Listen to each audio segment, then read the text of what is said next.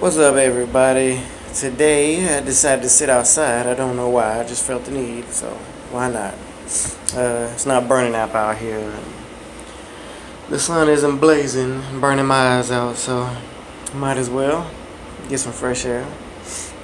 As if I didn't have enough fresh air. Standing outside this morning, waiting for the police to come because somebody decided they wanted to run me up onto a curb. But anyway.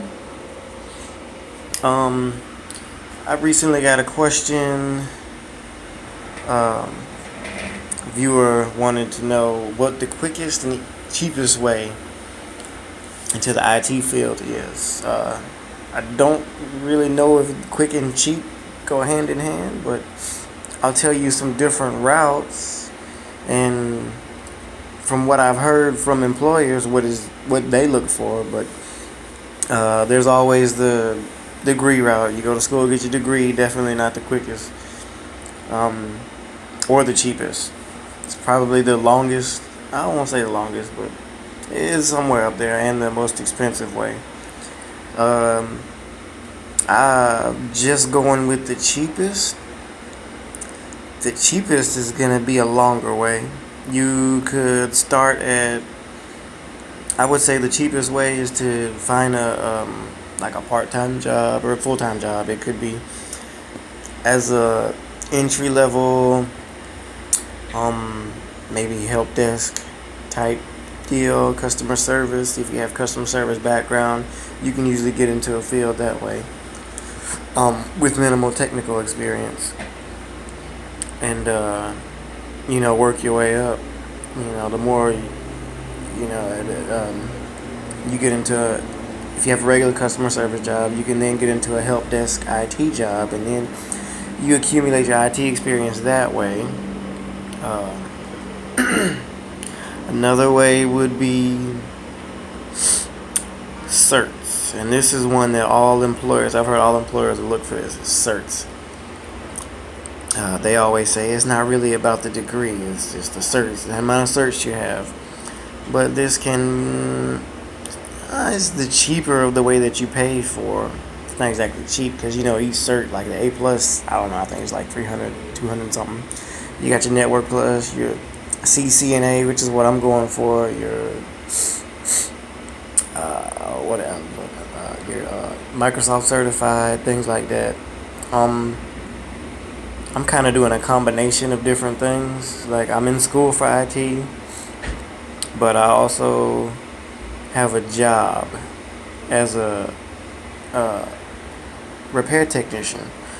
So I'm kind of getting the experience and the education at all at the same time. So it doesn't take as long. So once I'm done with school, I'll have the experience needed, the minimal amount of experience that they require, which is at least a year, and the degree on top of it, which they usually require at minimal in associates, and maybe a year or two of experience to get certain mid-level positions. Those are the better paying jobs. I've seen a lot of the entry positions, you only make like $12 an hour or so, which is what I'm putting myself through right now, trying to get this experience down. You could just go the cert route. Certs seem to hold a lot of weight in the IT industry. What did I mention? I mentioned going to school. I mentioned the job thing is purely job, is just the more experience. It's the cheapest way, just getting different jobs.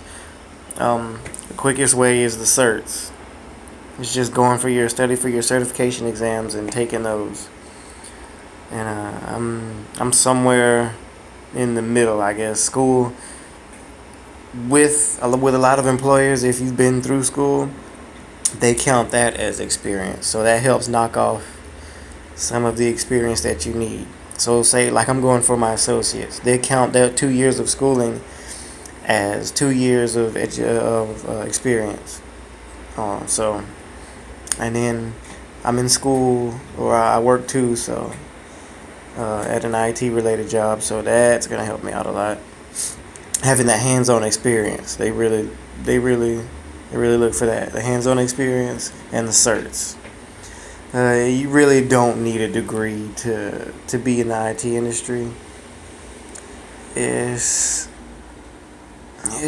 really a good padding though to have that on there, because when you get to the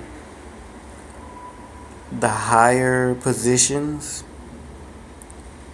it cuts out the need for the actual experience. Because I've seen a lot of them where they require bachelors with no experience, you know, because they count those 4 years of you learning as experience. So those are just some ideas of mine that I think would work. I think I've maybe heard every employer, they said something similar, and that's where I get my gathered my information from, just personal experience from interviews I've had.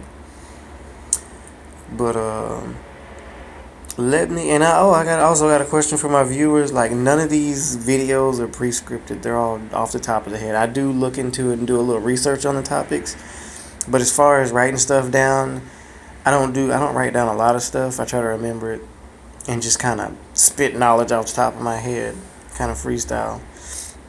Let me know if you guys like that, or if you'd like a little more background information, just like pure information on the topics.